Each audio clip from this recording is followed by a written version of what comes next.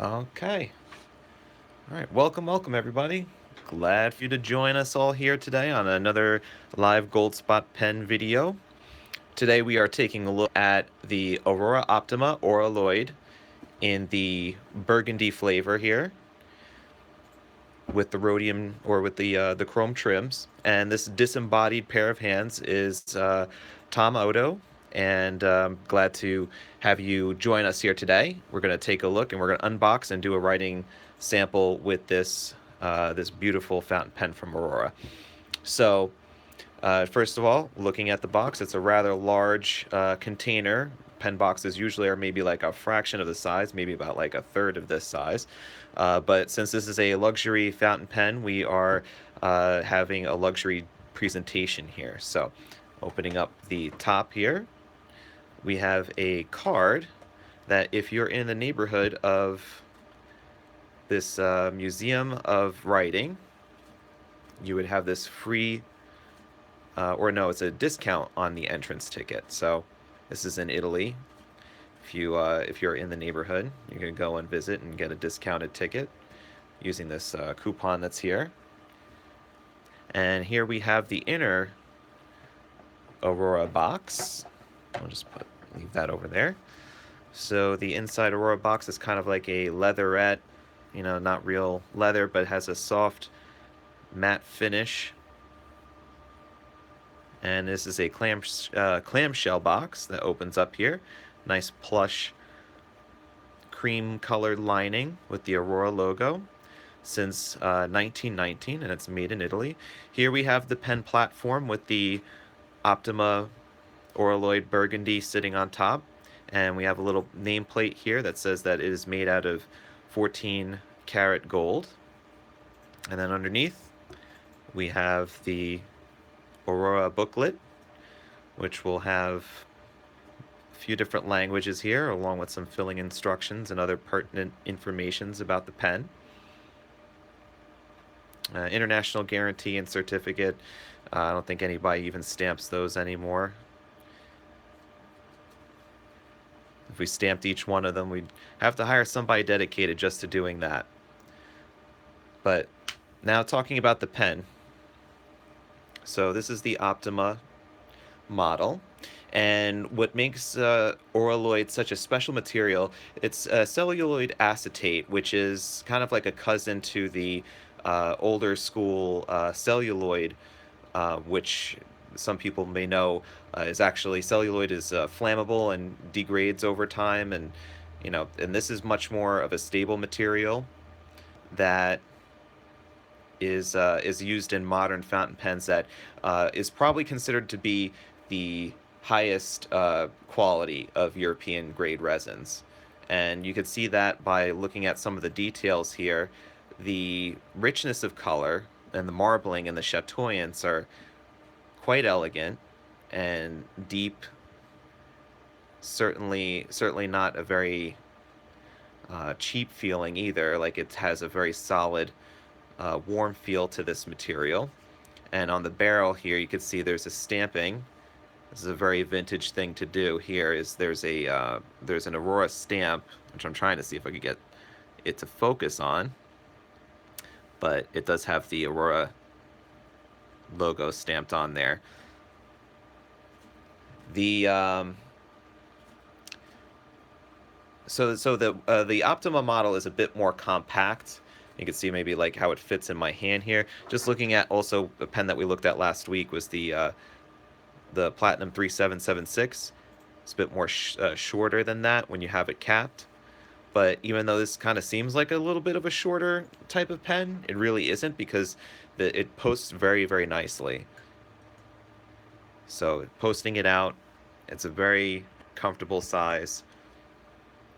And we'll get more into that later as we do the writing sample. But talking about the overall size of the pen, capped it's 127 millimeters long, posted it's 153. Weight is about 22 grams filled up with ink. So definitely not a heavy pen, nothing like a solid metal pen, because this is mostly resin with some of the metal trimmings here. So definitely a pen that when you know, get into a nice session of writing is not going to give you problems with feeling a little bit back weighted or causing some hand or finger fatigue. It's just very nicely weighted. Still gives you that feeling of a luxury pen, but without that heftiness to it. So, talking about the nib, we're looking at briefly at the nib, but we'll take a closer look at it. It's a 14 karat gold nib, which means it's made a little bit over than half of it is actual pure gold, and the rest is a metal alloy. But 14 karat gold with a rhodium coating to match the chrome trims here, so everything is silver. And these nibs, just like pelican nibs, if you grasp it with your forefinger and your thumb and then turn it clockwise, which I'm not going to do because this actually has ink in it already, you could actually twist it and unscrew it out and then swap it in with another Aurora nib in either the Optima or the 88 collection. So it's a swappable nib. And so if you, let's say you had another 88, let's say you had the 88 Flex or the 88 that's like an 18 karat gold nib, you could essentially swap them in between the pens or purchase the nib separately, which we're going to be addressing in the next couple of weeks. We'll be looking into getting the nibs separately to do your own upgrades of the Aurora Optima or 88 collections. So then the cap and the trim, they're chrome, but it's just very nicely done. I mean, this is like a nice little teardrop, very vintage looking type of clip. Little ball at the end, fits very nice and tight over your shirt pocket, what have you. Pouch, pen pouch flap, whichever that you decide to put them in. Then the cap band here is very nicely engraved, and then the spaces where it says Aurora here is not engraved, and then it has the Greek key fret design that goes all the way around. There's Italy in the back here. Nicely done. Very simple design, but very professional, clean looking.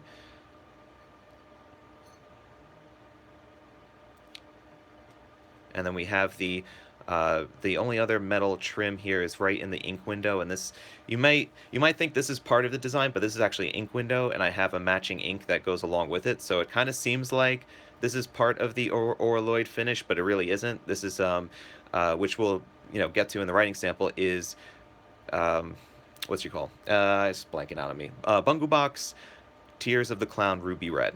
So very good match for this pen, which we will get to. And so what we said was that there's a clear ink window. So this is not a cartridge converter pen. If you tried to unscrew this, it wouldn't really work out for you. But the blind cap is right here. So you would take this blind cap and you would twist it, and the piston would actuate inside of the barrel, leaving you to fill up the entire barrel of ink, which gives you a very large supply of ink.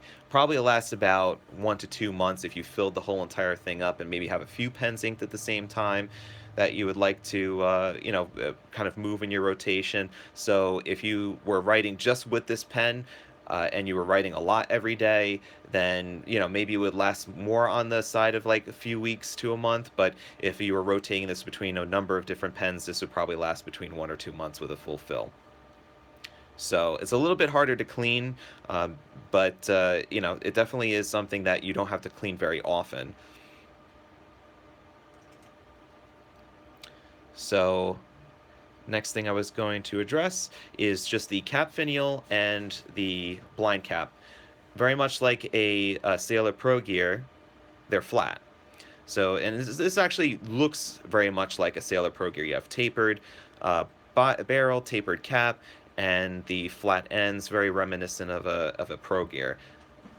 Let's say in the, well, we could say in the regular size, I suppose, since the the thickness of it is pretty much on par with, let's say, the Pro Gear regular. So let's take a look and let's do a writing sample. I'm just going to adjust things here so we can get up a little bit closer. Just lowering the camera down. I could zoom, but rather just lower it.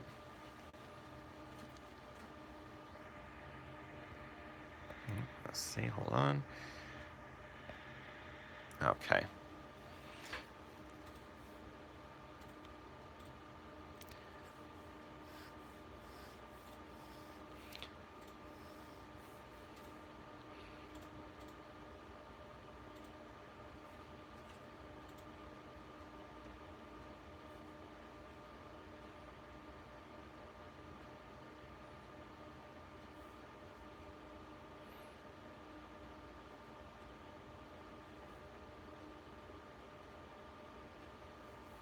Oh, and just to let you know too, the Aurora doesn't stamp the nibs with the point size on the nib.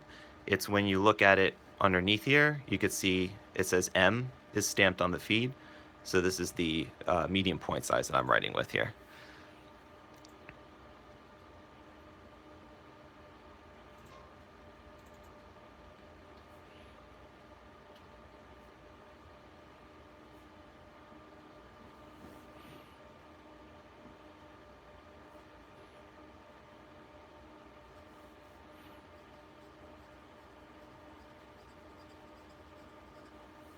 Now, in terms of the writing experience, the Optima, it does not have a very, oh, and I just completely missed that.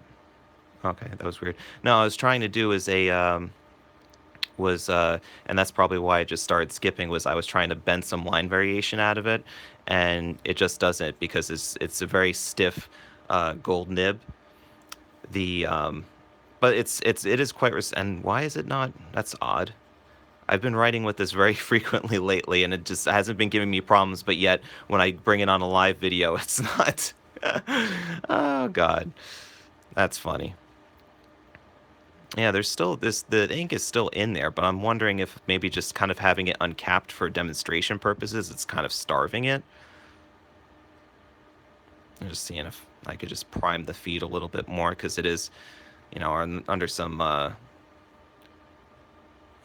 some tough conditions here to write with. Oh, that's fun. Yeah, it might be the fact that I've been having this uncapped for a little bit, and that's why it's just not writing for me. That is, oh, there we go. It's a little bit embarrassing there. Well, let me try. I could flood the feed out by pushing the converter, not the converter, the piston towards the, there we go. Could just put some more ink into the feed there. Because I didn't fill this up all the way either. I just kind of just filled it up just a bit just for the writing sample. So that got her going again.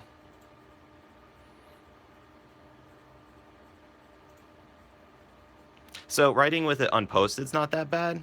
Like it fits. It's still, the back end fits like between the webbing of my thumb and forefinger here. So this is not too terribly small to do that. But I usually prefer writing with it the cap posted, just because like it's just easier to, make sure the cap doesn't go anywhere, and it also feels more solidly in hand when you do it that way.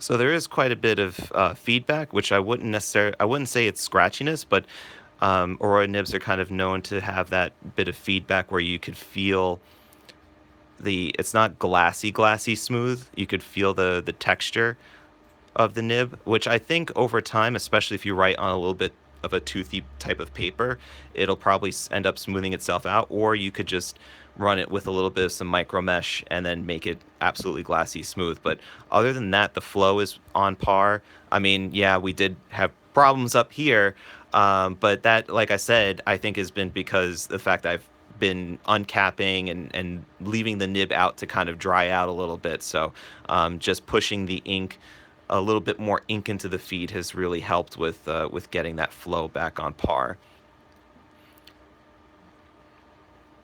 So the ink on this, I'll just write this again. Ink is Bungubox Tears of the Clown Ruby. Nice match for this pen. Let me know if you think so, or if you think there's another nice color that would go with this burgundy. You can feel free to chime in on the comments there.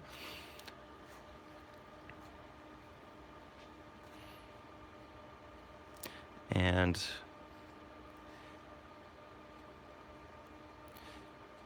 thank you for watching. Yeah, this pen is available along with its other brethren on goldspot.com. You can pick it up in a number of different Auroloide colors, or in the limited edition 14 karat gold flex nib models, which are solid resin as opposed to the Auroloide. But this Auroloide is available in a variety of different colors, like dark green, a beautiful blue with chrome or gold trims, and I think also a solid black as well. But these are some special pens that I had one, not the burgundy model, but I had a blue with gold trim several years back that had done me well for a very, very long time, and I had to part with it to kind of make room in my collection for something else. But still, kind of seeing this model and trying it out again, it really does bring back a lot of good memories about writing with this particular pen here. So appreciate you guys joining in, and please let us know in the comments what you think about this Aurora Optima. And if you have any suggestions about future pens that you'd like to see unboxed and played with, please let us know that as well. Appreciate you for tuning in, and stay inky, my friends. Take care.